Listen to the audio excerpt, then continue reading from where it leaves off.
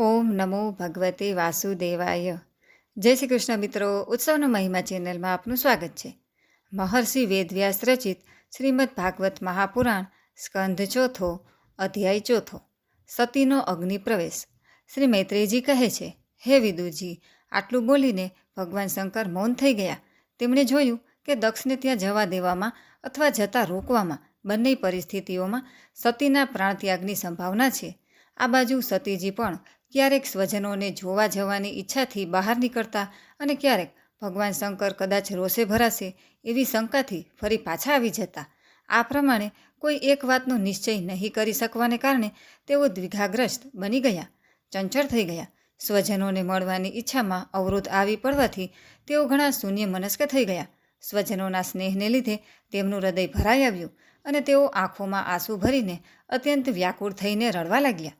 તેમનું શરીર થરથર કંપવા લાગ્યું અને તેઓ અપ્રતિમ પુરુષ ભગવાન શંકર તરફ એવી રોષપૂર્ણ દ્રષ્ટિએ જોવા લાગ્યા કે જાણે તેમને ભસ્મ કરી દેશે.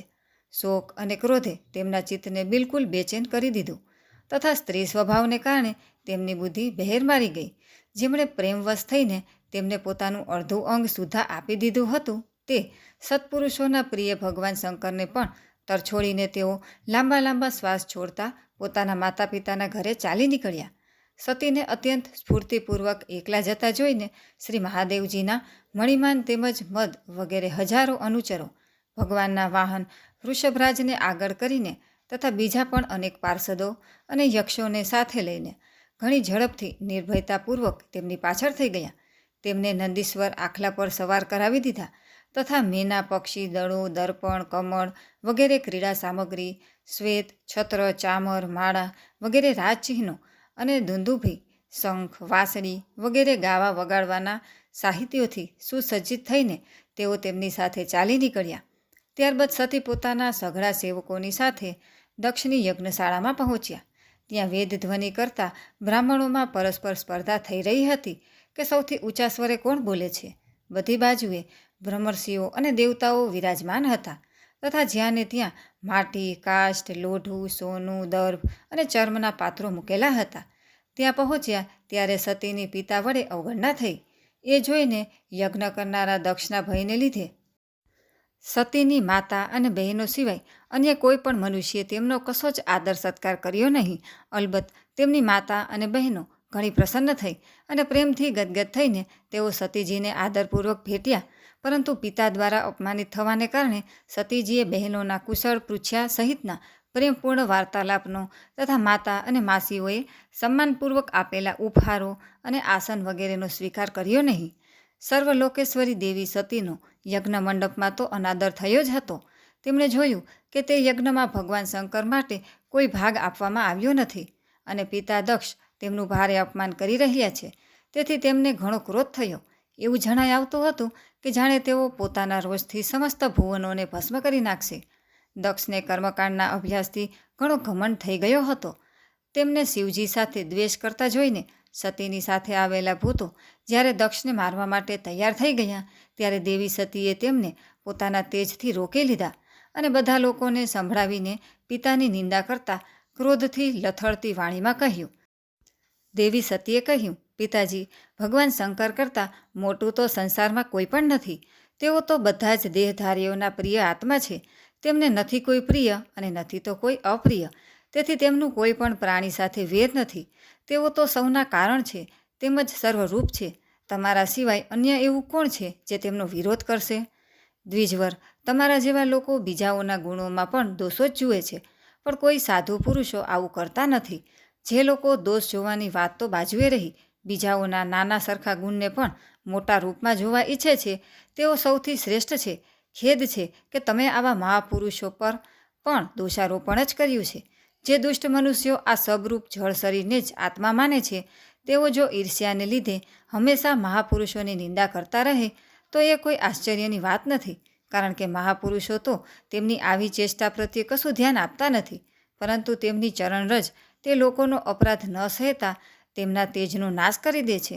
તેથી મહાપુરુષોની નિંદા જેવું જધન્ય કૃત્ય તે દુષ્ટ પુરુષોને જ શોભે છે.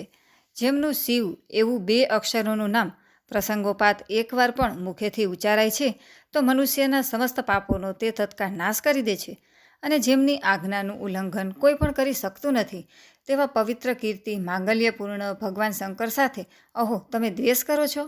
ખરે જ તમે અમંગળ રૂપ છો. અરે મહાપુરુષના મનરૂપી મધુકર બ્રહ્માનંદમય રસનું પાન કરવાની ઈચ્છાથી જેમના ચરણ કમળોનું નિરંતર સેવન કરતા રહે છે અને જેમના ચરણ કમળ સકામી મનુષ્યોને તેમના અભિષ્ટ ભોગ પણ આપે છે તેવા વિશ્વબંધુ ભગવાન શિવ સાથે તમે વેર રાખો છો? તેઓ કેવળ નામ માત્રથી શિવ છે, તેમનો વેશ અશિવરૂપ અમંગળ રૂપ છે. આ વાતને તમારા સિવાય બીજા કોઈ દેવતાઓ સંભવત જાણતા નથી, કારણ કે જે ભગવાન શિવ સ્મશાન ભૂમિમાં સ્થિત છે, નરમુંડોની માળા, ચિતાની ભસ્મને ધારણ કરેલા, જટા વિખેરેલા ભૂત પિશાચોની સાથે સ્મશાનમાં નિવાસ કરે છે, તેમના ચરણો પરથી નીચે પડેલા નિર્માલ્યને બ્રહ્મા વગેરે દેવતાઓ પોતાના મસ્તક પર ધારણ કરે છે. જો નિરંકુશ મનુષ્યો ધર્મની મર્યાદાનું રક્ષણ કરનારા પોતાના પૂજનીય સ્વામીની નિંદા કરે તો તેમને દંડ આપવાની શક્તિ પોતાનામાંય ન હોય તો તેમણે કાન બંધ કરીને ત્યાંથી ચાલ્યા જવું, અને જો શક્તિ હોય તો બળપૂર્વક પકડીને તે બકવાસ કરનારાઓની અમંગળરૂપ દુષ્ટ જીભને કાપી નાખવી. આવું પાપ થતું અટકાવવા માટે સ્વયં પોતાના પ્રાણ સુદ્ધા આપી દેવા એ જ ધર્મ છે. તમે ભગવાન નીલકંઠની નિંદા કરનારા છો, તેથી તમારાથી ઉત્પન્ન થયેલા આ શરીરને હવે હું રાખી શકું નહીં. જો ભૂલથી કોઈ નિંદિત વસ્તુ ખવાઈ જાય તો તેને ઉલટી કરીને કાઢી નાખવાથી જ મનુષ્યની શુદ્ધિ થાય છે, એમ કહેવામાં આવે છે. જે મહામુનિઓ પોતાના સ્વરૂપમાં જ નિરંતર રમમાણ રહેતા હોય છે, તેમની બુદ્ધિ વેદોમાં નિર્દેશેલા સકામ કર્મોના બખેડામાં પડતી નથી. જેમ દેવતાઓ અને મનુષ્યોની ગતિમાં ફરક રહે છે, તેવી જ રીતે જ્ઞાની અને અજ્ઞાનીની સ્થિતિ પણ એક સરખી હોતી નથી. તેથી મનુષ્યએ પોતાના જ ધર્મના માર્ગ પર સ્થિત રહેવાનું છે, પણ બીજાઓના ધર્મ માર્ગની નિંદા કરવી જોઈએ નહીં. પ્રવૃત્તિ અને નિવૃત્તિ રૂપે બંને પ્રકારના કર્મ ઉચિત છે. વેદમાં તેમના રાગી અને વિરાગી એમ બે પ્રકારના અલગ અલગ અધિકારી બતાવવામાં આવ્યા છે. પરસ્પર વિરોધી હોવાને કારણે ઉક્ત બંને પ્રકારના કર્મોનું આચરણ એકસાથે એક જ પુરુષ વડે કરી શકાતું નથી. ભગવાન શંકર તો પરબ્રહ્મ પરમાત્મા છે, તેમને આ બંનેમાંથી કોઈ પણ પ્રકારનું કર્મ કરવાની જરૂર નથી. પિતાજી, અમારું ઐશ્વર્ય અવ્યક્ત છે. આત્મજ્ઞાની મહાપુરુષો જ તેનું સેવન કરી શકે છે. તમારી પાસે તેવું ઐશ્વર્ય નથી, અને યજ્ઞશાળાઓમાં યજ્ઞના અન્નથી તૃપ્ત થઈને પ્રાણોનું પોષણ કરનારા કર્મકાંડી મનુષ્યો તેની પ્રશંસા પણ કરતા નથી. તમે ભગવાન શંકરનો અપરાધ કરનારા છો, તેથી તમારા શરીરથી ઉત્પન્ન થયેલા આ નિંદનીય શરીરને જાળવીને મારે શું કરવાનું? તમારા જેવા દુર્જન સાથેનો સંબંધ હોવાને કારણે હું લજવાઉં છું. જે મહાપુરુષોનો અપરાધ કરે છે તેના થકી થનારા જન્મને પણ ધિક્કાર છે. જે સમયે ભગવાન શિવ તમારી સાથેનો મારો સંબંધ દર્શાવતા મને હાસ પરિહાસમાં દાક્ષાયણીના નામે બોલાવશે, ત્યારે મને હાસ પરિહાસ ન લાગતા ભારે ખેદ થશે. તેથી એ પહેલાં જ હું તમારા શરીરથી ઉત્પન્ન થયેલા આ શબતુલ્ય શરીરને ત્યજી દઈશ. શ્રી મૈત્રેયજી કહે છે, કામ વગેરે શત્રુઓને હણનારા હે વિદુરજી, તે યજ્ઞ મંડપમાં દક્ષને આ પ્રમાણે કહીને સતી મૌન થઈ ગયા અને ઉત્તર દિશામાં જમીન પર બેસી ગયા. તેમણે આચમન કર્યું અને પીળું વસ્ત્ર ઓઢી લીધું તથા શરીરનો ત્યાગ કરવા માટે તેઓ આંખો મીચીને યોગ માર્ગમાં સ્થિત થઈ ગયા. તેમણે આસન સ્થિર કરીને પ્રાણાયામ વડે પ્રાણવાયુ અને અપાનવાયુને એકરૂપ કરીને નાભિચક્રમાં સ્થિત કર્યો. પછી ઉદાનવાયુને નાભિચક્રથી ઉપર લઈ જઈને ધીરે ધીરે બુદ્ધિ સહિત હૃદયમાં સ્થાપિત કર્યો. ત્યાર પછી અનિંદિતા સતી તે હૃદય સ્થિત વાયુને કંઠમાર્ગેથી ભ્રુકુટીઓની વચ્ચેના ભાગે લઈ ગયા. આ પ્રમાણે જે શરીરને મહાપુરુષોના પણ પૂજનીય ભગવાન શંકરે કેટલી વાર ઘણા આદર સાથે પોતાના ખોળામાં બેસાડ્યું હતું, તે શરીરને દક્ષ ઉપર કોપાયમાન થઈને ત્યજવાની ઈચ્છાથી મહામનસ્વીની સતીએ પોતાના સમસ્ત અંગોમાં વાયુ અને અગ્નિની ધારણા કરી. પોતાના પતિ જગતગુરુ ભગવાન શંકરના ચરણકમળ મકરંદનું ચિંતન કરતાં કરતાં સતીએ અન્ય બધું જ ધ્યાન ભૂલાવી દીધું. તેમને તે ચરણો સિવાય બીજું કશુંય દેખાયું નહીં. આનાથી તેઓ સર્વથા નિર્દોષ એટલે કે હું દક્ષ કન્યા છું એવા અભિમાનથી પણ મુક્ત બની ગયા અને તેમનું શરીર તરત જ યોગાગ્નિથી બળી ગયું. તે સમયે ત્યાં આવેલા દેવતાઓ વગેરે જ્યારે સતીનું દેહત્યાગરૂપ આ મહાન આશ્ચર્યપૂર્ણ ચરિત્ર જોયું ત્યારે તે બધા જ હાહાકાર કરવા લાગ્યા અને તે ભયંકર ઘોંઘાટ આકાશમાં તેમજ પૃથ્વીપટ પર સર્વત્ર વ્યાપી ગયો. બધી બાજુએ આ જ સંભળાતું હતું, હાય, દક્ષના દુર્વ્યવહારને કારણે ક્રોધિત થઈને દેવાધિદેવ મહાદેવના પ્રિયા સતીએ પ્રાણ ત્યજી દીધા. જુઓ, સઘળા ચરાચર જીવો આ દક્ષ પ્રજાપતિના જ સંતાનો છે, તેમ છતાં આણે કેવી ઘોર દુષ્ટતા આચરી છે. આના પુત્રી શુદ્ધ હૃદયા સતી સદૈવ માન મેળવવાને પાત્ર હતા, પરંતુ આણે તેમનો એવો અનાદર કર્યો કે તેમણે પ્રાણ ત્યજી દીધા. વાસ્તવમાં દક્ષ ઘણો જ અસહિષ્ણુ અને બ્રાહ્મણ દ્રોહી છે. હવે સંસારમાં તેની ભારે અપકીર્તિ થશે. જ્યારે આની પુત્રી સતી આના જ અપરાધને લીધે પ્રાણ ત્યાગ કરવા તૈયાર થયા, ત્યારે પણ આ શંકરદ્રોહીએ તેમને તેમ કરતાં અટકાવ્યા સુદ્ધા નહીં. જે સમયે બધા લોકો આવું કહી રહ્યા હતા, તે જ સમયે શિવજીના પાર્ષદો સતીનો આ અદ્ભુત પ્રાણત્યાગ જોઈને અસ્ત્ર શસ્ત્ર લઈને દક્ષને મારી નાખવા તત્પર થઈ ગયા. તેમના આક્રમણનો વેગ જોઈને ભગવાન ભૃગુએ યજ્ઞમાં વિઘ્ન નાખનારાઓનો નાશ કરવા માટે અપહતમ રક્ષ ઇત્યાદિ મંત્રોનું ઉચ્ચારણ કરતા દક્ષિણાગ્નિમાં આહુતિ આપી. અર્ધવ્યુ ભૃગુએ જ્યારે આહુતિ કે તરત જ યજ્ઞકુંડમાંથી ઋભુ નામના હજારો તેજસ્વી દેવતાઓ પ્રગટ થઈ ગયા કે જેમણે પોતાની તપસ્યાના પ્રભાવથી ચંદ્રલોક પ્રાપ્ત કર્યો હતો. બ્રહ્મતેજથી સંપન્ન એવા તે દેવતાઓએ બળતા લાકડાઓ વડે આક્રમણ કર્યું, તો સમસ્ત ગુહ્યકો અને પ્રમથો આમ તેમ ભાગી છૂટ્યા. ઇતિ શ્રીમદ્ભગવતે મહાપુરાણે પારમહંસ્યા સંહિતાયા ચતુર્થ સ્કંધે સતી દેહોત્સર્ગો નામ ચતુર્થોધ્યાય. ચોથા સ્કંધ અંતર્ગત સતી દેહોત્સર્ગ નામનો ચોથો અધ્યાય સમાપ્ત. બોલો કૃષ્ણ કનૈયા લાલ કી જય. અધ્યાય પાંચમો. વીરભદ્રે કરેલો દક્ષ યજ્ઞનો વિધ્વંસ અને દક્ષ વધ. શ્રી મૈત્રેયજી કહે છે, મહાદેવજીએ જ્યારે દેવર્ષિ નારદના મુખેથી સાંભળ્યું કે પોતાના પિતા દક્ષ દ્વારા અપમાનિત થવાને કારણે દેવી સતીએ પ્રાણ ત્યજી દીધા છે અને તેની યજ્ઞવેદીમાંથી પ્રગટ થયેલા ઋભુઓએ તેમના પાર્ષદોની સેનાને મારીને ભગાડી મૂકી છે, ત્યારે તેમને ઘણો જ ક્રોધ થઈ આવ્યો. તેમણે ઉગ્ર રૂપ ધારણ કરીને ક્રોધના માર્યા હોઠ પીસતા પીસતા પોતાની એક જટા ખેંચી ઉખાડી કે જે વીજળી અને અગ્નિની જ્વાળા જેવી પ્રકાશિત થઈ રહી હતી, અને એકાએક ઊભા થઈ જઈને ઘણા ગંભીર અટ્ટહાસ્ય સાથે તેને પૃથ્વી પર પટકી. તેથી તરત જ એક ઘણો ભારે લાંબો પહોળો પુરુષ ઉત્પન્ન થયો. તેનું શરીર એટલું વિશાળ હતું કે સ્વર્ગને સ્પર્શી રહ્યો હતો. તેને 1000 ભુજાઓ હતી, મેઘ સમાન શ્યામ વર્ણ હતો, સૂર્ય સમાન પ્રજ્વલિત 3 નેત્રો હતા, વિકરાળ દાઢો હતી અને અગ્નિની જ્વાળાઓ સમાન લાલ લાલ જટાઓ હતી. તેના ગળામાં નરમુંડોની માળા હતી અને હાથોમાં જાત જાતના અસ્ત્ર શસ્ત્ર હતા.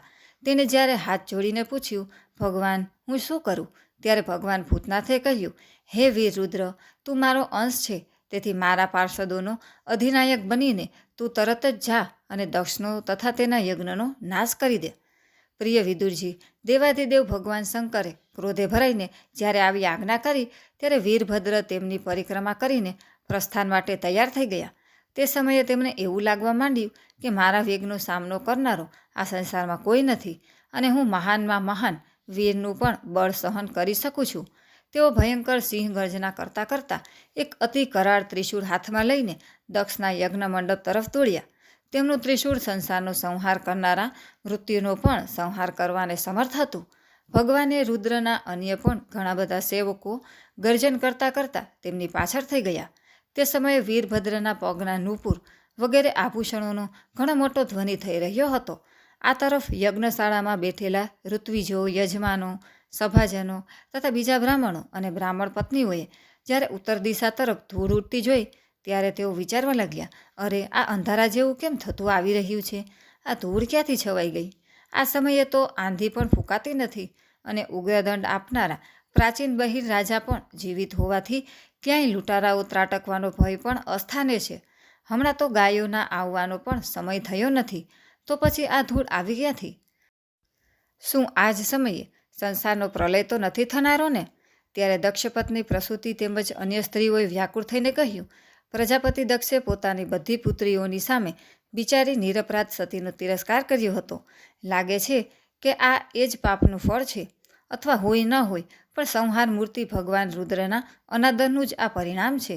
પ્રલયકાળ ઉપસ્થિત થવાથી જે સમયે તેઓ ભગવાન રુદ્ર પોતાના જટાજૂટને વિખેરી નાખીને તથા શસ્ત્રો અસ્ત્રોથી સુસજ્જ પોતાની ભુજાઓને ધજાની જેમ ફેલાવીને તાંડવ નૃત્ય કરે છે, તે સમયે તેમના ત્રિશૂળના ફળોથી દિગ્ગજો વિંધાઈ જાય છે તથા તેમના મેઘગર્જના જેવા ભયંકર અટ્ટહાસ્યથી દિશાઓ ચીરાઈ જાય છે. તે સમયે તેમનું તેજ અસહ્ય બની જાય છે. તેઓ પોતાના ભવા ત્રાસા કરવાને કારણે ઘણા દુર્દર્શ જણાય છે અને તેમને વિકરાળ દાઢોથી તારાઓ અસ્તવ્યસ્ત થઈ જાય છે. ક્રોધે ભરાયેલા તે ભગવાન શંકરને વારંવાર ક્રોધિત કરનારો મનુષ્ય સાક્ષાત વિધાતા જ કેમ ન હોય? શું ક્યારેય તેનું કલ્યાણ થઈ શકે? જે લોકો મહાત્મા દક્ષના યજ્ઞમાં બેઠા હતા તેઓ ભયને કારણે એકબીજા તરફ કાતર નજરે નિહાળી રહ્યા હતા અને એવી જ જાત જાતની વાતો કરી રહ્યા હતા. એટલામાં જ આકાશ અને પૃથ્વીમાં બધી બાજુએ હજારો ભયંકર ઉત્પાત થવા લાગ્યા. વિદુરજી, એ જ સમયે ધસી આવેલા રુદ્રસેવકોએ મહાન યજ્ઞ મંડપને બધી બાજુએથી ઘેરી લીધો. તે બધાએ જાત જાતના શસ્ત્ર અસ્ત્ર ધારણ કરેલા હતા. તેમનામાં કેટલાક ઠીંગણા, કેટલાક ભૂરા રંગના, કેટલાક પીળા અને કેટલાક મગરના જેવા પેટ અને મોઢાવાળા હતા. તેમનામાંના કેટલાકે પ્રાંગવંશ અર્થાત યજ્ઞશાળાના પૂર્વ અને પશ્ચિમના થાંભલાઓની વચ્ચે આડા મૂકેલા દંડાને તોડી નાખ્યા. કેટલાકે યજ્ઞશાળાની પશ્ચિમ બાજુએ રહેલી પત્નીશાળાને નષ્ટ કરી દીધી. કેટલાકે યજ્ઞશાળાની સામેના સભા મંડપને તથા મંડપની આગળ ઉત્તર બાજુએ રહેલી આંગનિદ્રશાળાને તોડી નાખી. કેટલાકે યજમાન ગૃહ અને પાકશાળા રસોઈઘરને નષ્ટ ભ્રષ્ટ કરી નાખ્યા. કોઈએ યજ્ઞના પાત્રો ફોડી નાખ્યા, કોઈએ અગ્નિનો હોલવી નાખ્યા, કોઈએ યજ્ઞકુંડોમાં પેશાબ કર્યો, કેટલાકે વેદીની સીમાના દોરડાઓ તોડી નાખ્યા, કેટલાક વળી મુનિઓને હેરાન કરવા લાગ્યા, કેટલાક સ્ત્રીઓને ડરાવવા ધમકાવવા લાગ્યા અને કોઈએ પોતાની પાસે થઈને ભાગતા દેવતાઓને પકડી લીધા. મણિમાને ભૃગુ ઋષિને બાંધી દીધા. વીરભદ્રે પ્રજાપતિ દક્ષને કેદ કરી લીધો તથા ચંડીસે પૂષાને અને નંદીશ્વરે ભગદેવતાને પકડી લીધા. ભગવાન શંકરના પાર્ષદોની આ ભયંકર લીલા જોઈને તથા તેમણે કરેલા કાકરા પથ્થરોના મારથી ઘણા તંગ આવીને ત્યાં જેટલા ઋત્વિજો, સભાજનો અને દેવતાઓ હતા તે તમામે તમામ આમ તેમ ભાગી છૂટ્યા. ભૃગુજી હાથમાં સ્ત્રુવા લઈ હવન કરી રહ્યા હતા. વીરભદ્રે તેમની દાઢી મૂછ ખેંચી લીધી, કારણ કે તેમણે પ્રજાપતિઓની સભામાં મૂછો આંબળીને મહાદેવજીનો ઉપહાસ કર્યો હતો. તેમણે ક્રોધે ભરાઈને ભગદેવતાને પૃથ્વી પર પટકી દીધા અને તેમની આંખો કાઢી લીધી, કારણ કે જ્યારે દક્ષ દેવસભામાં શ્રી મહાદેવજીની નિંદા કરતા રહીને શાપ આપી રહ્યા હતા ત્યારે એમણે દક્ષને ઈશારો કરીને ઉશ્કેર્યા હતા. ત્યાર પછી જેમ અનિરુદ્ધના લગ્ન વખતે બલરામજીએ કલિંગ રાજાના દાંત ઉખાડી નાખ્યા હતા તેવી જ રીતે તેમણે પૂષાના દાંત તોડી નાખ્યા, કારણ કે જ્યારે દક્ષે મહાદેવજીને ગાળો આપી હતી તે સમયે દાંત કાઢીને હસ્યા હતા. પછી તેઓ દક્ષની છાતી પર ચડી બેસીને તીક્ષ્ણ તલવારથી તેનું માથું કાપવા લાગ્યા, પણ ઘણો પ્રયત્ન કરવા છતાં પણ તેઓ તે સમયે તેને ધડથી અલગ કરી શક્યા નહીં. જ્યારે કોઈ પણ પ્રકારે અસ્ત્રો શસ્ત્રોથી દક્ષની ચામડી કપાઈ નહીં ત્યારે વીરભદ્રને ભારે આશ્ચર્ય થયું અને તેઓ ઘણીવાર સુધી વિચારતા રહ્યા. જ્યારે તેમણે યજ્ઞ મંડપમાં યજ્ઞના બલિ પશુઓને જે રીતે મરાતા જોયા હતા તે જ રીતે દક્ષરૂપી તે યજમાન પશુનું મસ્તક ધડથી અલગ કરી દીધું. આ જોઈને ભૂત, પ્રેત, પિશાચ વગેરે તો તેમના આ કાર્યની પ્રશંસા કરતા વાહ વાહ કરવા લાગ્યા અને દક્ષના પક્ષના લોકોમાં હાહાકાર મચી ગયો. વીરભદ્રે અત્યંત ક્રોધિત થઈને દક્ષનું માથું યજ્ઞના દક્ષિણાગ્નિમાં નાખી દીધું અને તે યજ્ઞશાળામાં આગ લગાડીને યજ્ઞનો વિધ્વંસ કર્યો અને પછી તેઓ કૈલાસ પર્વત પર પાછા ગયા. ઇતિ શ્રીમદ્ભગવતે મહાપુરાણે પારમહંસ્યા સંહિતાયા ચતુર્થ સ્કંધે દક્ષયજ્ઞ વિધ્વંસો નામ પંચમોધ્યાય. ચોથા સ્કંધ અંતર્ગત દક્ષયજ્ઞ વિધ્વંસ નામનો 5મો અધ્યાય સમાપ્ત. બોલો કૃષ્ણ કનૈયા લાલ કી જય. અધ્યાય છઠ્ઠો. બ્રહ્મા વગેરે દેવતાઓનું કૈલાસ જવું અને મહાદેવજીને મનાવવા. શ્રી મૈત્રેયજી કહે છે, હે વિદુરજી, આ પ્રમાણે જ્યારે રુદ્રના સેવકોએ દેવતાઓને હરાવી દીધા અને તેમના સઘળા અંગ પ્રત્યંગો ભૂત પ્રેતોના ત્રિશૂળ, પટ્ટીસ, ખડગ, ગદા, પરીઘ, મુદગર વગેરે હથિયારોથી છિન્ન છિન્ન થઈ ગયા ત્યારે તે ઋત્વિજો અને સભાજનો સહિત ઘણા જ ડરી જઈ અને બ્રહ્માજી પાસે જઈ પહોંચ્યા અને પ્રણામ કરીને તેમને બધી હકીકત કહી સંભળાવી. બ્રહ્માજી અને સર્વાંતયામી નારાયણ પહેલાંથી જ આ ભાવિ ઉત્પાતને જાણતા હતા, તેથી તેઓ દક્ષના યજ્ઞમાં ગયા ન હતા. હવે દેવતાઓના મુખેથી ત્યાંની બધી વાત સાંભળીને તેમણે કહ્યું, દેવતાઓ, પરમ સમર્થ તેજસ્વી પુરુષ વડે કોઈ દોષ થઈ જાય તો પણ કલ્યાણવાંછુ પુરુષ દ્વારા દોષ કરનાર વ્યક્તિ સાથે પ્રતિશોધની ભાવનાથી આચરણ કરવું જોઈએ નહીં. તેમ છતાં જો કરે તો તેનું કલ્યાણ થતું નથી. વળી તમે તો યજ્ઞમાં ભગવાન શંકરનો પ્રાપ્ય ભાગ નહીં આપીને તેમનો ઘણો મોટો અપરાધ કર્યો છે. પણ શંકરજી ઘણા જલ્દી પ્રસન્ન થનારા છે, તેથી તમે શુદ્ધ હૃદયથી તેમના ચરણોના શરણે જઈને તેમને પ્રસન્ન કરો, તેમની ક્ષમા માગો. દક્ષે દુર્વચનો રૂપી બાણોથી તેમનું હૃદય તો પહેલાંથી જ વીંધી નાખ્યું હતું. હવે વધારામાં તેમના પ્રિય સતીજીનો વિયોગ થઈ ગયો છે. તેથી જો તમે ઈચ્છતા હો કે તે યજ્ઞ ફરીથી આરંભાઈને પૂર્ણ થાય તો પહેલાં જલ્દી જઈને તેમની પાસે પોતાના અપરાધો બદલ ક્ષમા માગો. અન્યથા તેમના ક્રુદ્ધ થવાથી લોકપાલો સમેત આ સમસ્ત લોકોનું પણ બચવું અસંભવ છે. ભગવાન શંકરનું શક્તિ સામર્થ્ય છે તે તેમનું પોતાનું છે. તેમના આ સામર્થ્યને ઋષિમુનિઓ, દેવતાઓ અને યજ્ઞ સ્વરૂપ દેવરાજ ઇન્દ્ર પણ નથી જાણતા, અને નથી તો હું સ્વયં પણ જાણતો. પછી બીજાઓની તો વાત જ શી કરવી. આવી પરિસ્થિતિમાં તેમને શાંત કરવાનો ઉપાય કોણ કરી શકે? દેવતાઓને આ પ્રમાણે કહીને બ્રહ્માજી તેમને પ્રજાપતિઓને અને પિતૃઓને સાથે લઈને પોતાના લોકમાંથી પર્વત શ્રેષ્ઠ કૈલાસમાં ગયા, કે જે ભગવાન શંકરનું પ્રિય ધામ છે. તે કૈલાસ પર ઔષધિ, તપ, મંત્ર, યોગ વગેરે ઉપાયોથી સિદ્ધ પામેલા અને જન્મથી જ સિદ્ધ દેવતાઓ નિત્ય નિવાસ કરે છે. કિન્નરો, ગંધર્વો, અપ્સરાઓ વગેરે હંમેશા ત્યાં વિદ્યમાન રહે છે. તેમને મણિમય શિખરો છે જે વિવિધ પ્રકારની ધાતુઓથી રંગબેરંગી લાગે છે. તેના પર અનેક પ્રકારના વૃક્ષો, લતાઓ, ઝાડીઓ વગેરે છવાયેલા છે કે જેમાં ટોળે ટોળા જંગલી પશુઓ વિચરતા રહે છે. ત્યાં નિર્મળ જળના અનેક ઝરણા વહે છે અને ઘણી બધી ગહન ગુફાઓ અને ઊંચા શિખરો હોવાને કારણે તે પર્વત પોતાના પ્રિયતમોની સાથે વિહાર કરી રહેલી સિદ્ધ પત્નીઓનું ક્રીડા સ્થળ બનેલો છે.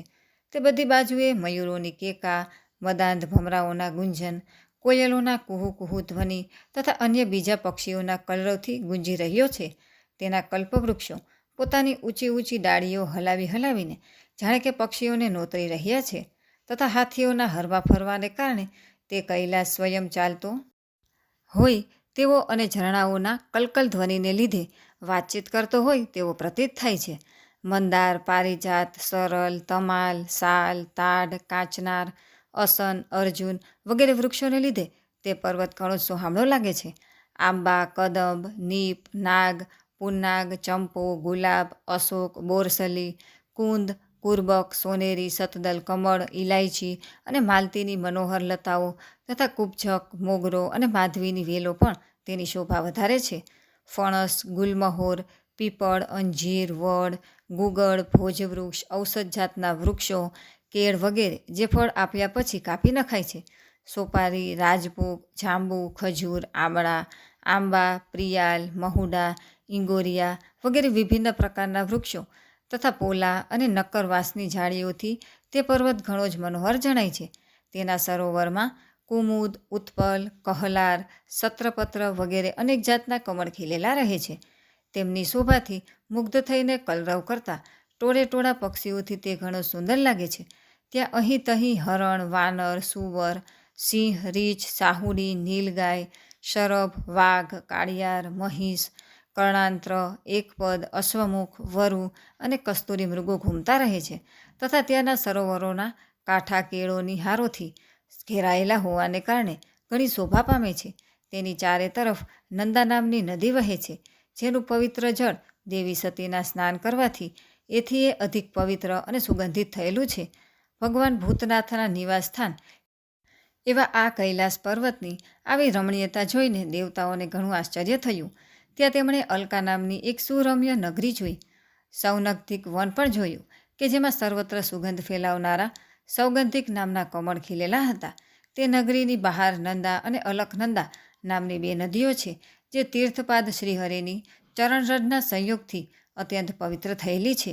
વિદુરજી, તે નદીઓમાં રતિવિલાસથી થાકેલી દેવાંગનાઓ પોતપોતાના નિવાસ સ્થાનેથી આવીને જલ ક્રીડા કરે છે અને તેમાં પ્રવેશીને પોતાના પ્રિયતમો પર જળ ઉલચે છે.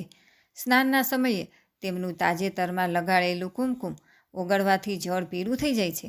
તે કુમકુમ મિશ્રિત જળને હાથીઓ તરસ નહીં લાગવા છતાં પણ ગંધની લાલચમાં પોતે પીએ છે અને પોતાની હાથણીઓને પીવડાવે છે. અલકાપુરી ઉપર ચાંદી, સુવર્ણ અને બહુમૂલ્ય મણિઓના બનેલા સેંકડો વિમાન છવાયેલા હતા, જેમાં અનેક યક્ષપત્નીઓ નિવાસ કરતી હતી. એમને કારણે તે વિશાળ નગરી વીજળી અને વાદળોથી છવાયેલા આકાશ જેવી જણાઈ આવતી હતી. યક્ષરાજ કુબેરની રાજધાની તે અલકાપુરીને પાછળ છોડીને દેવતાઓ સૌગંધિક વનમાં પ્રવેશ્યા. તે વન રંગબેરંગી ફળો, ફૂલો અને પાંદડાઓવાળા અનેક કલ્પવૃક્ષોથી સુશોભિત હતું. તેમાં કોકિલ વગેરે પક્ષીઓનો કલરવ અને ભમરાઓનો ગુંજરાવ થઈ રહ્યો હતો. તથા તે વનમાં રાજહંસોના પરમ પ્રિય કમળ પુષ્પોથી સુશોભિત અનેક સરોવરો હતા.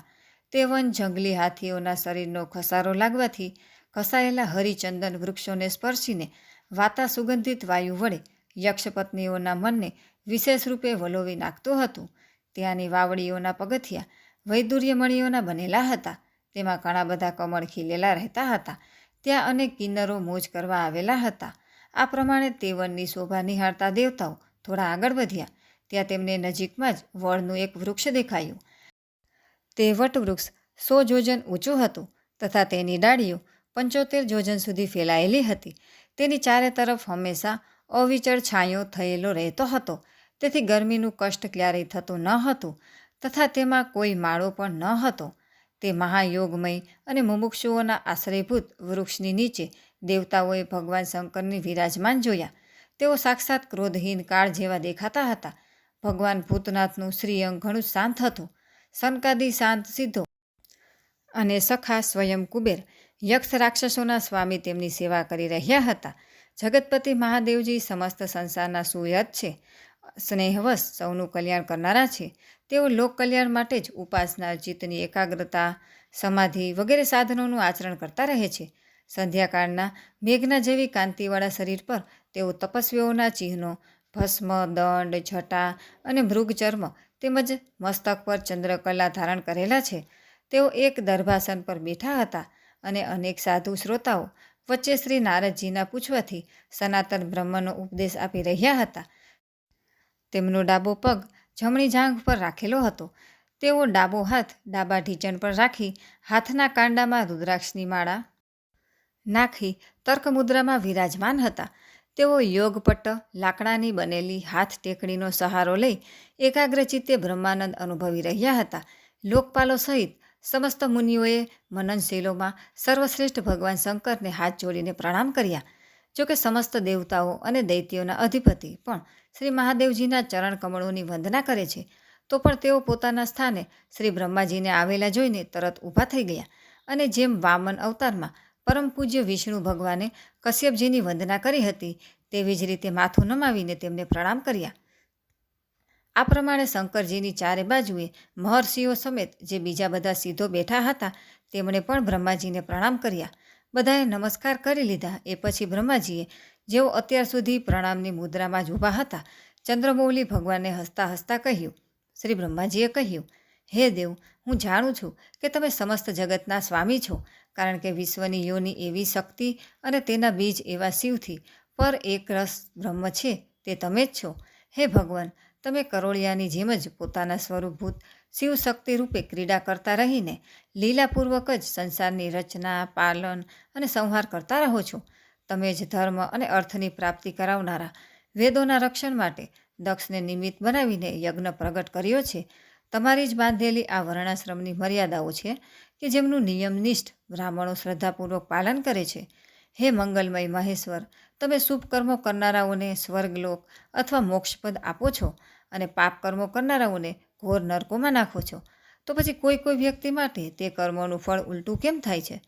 જે મહાનુભાવો પોતાને તમારા ચરણોમાં સમર્પિત કરી દે છે, જેઓ સઘળા પ્રાણીઓમાં તમારું જ દર્શન કરે છે અને સઘળા જીવોને અભિભેદ દ્રષ્ટિથી આત્મામાં જ જુએ છે, તેઓ પશુઓની જેમ ક્રોધને આધીન થતા નથી.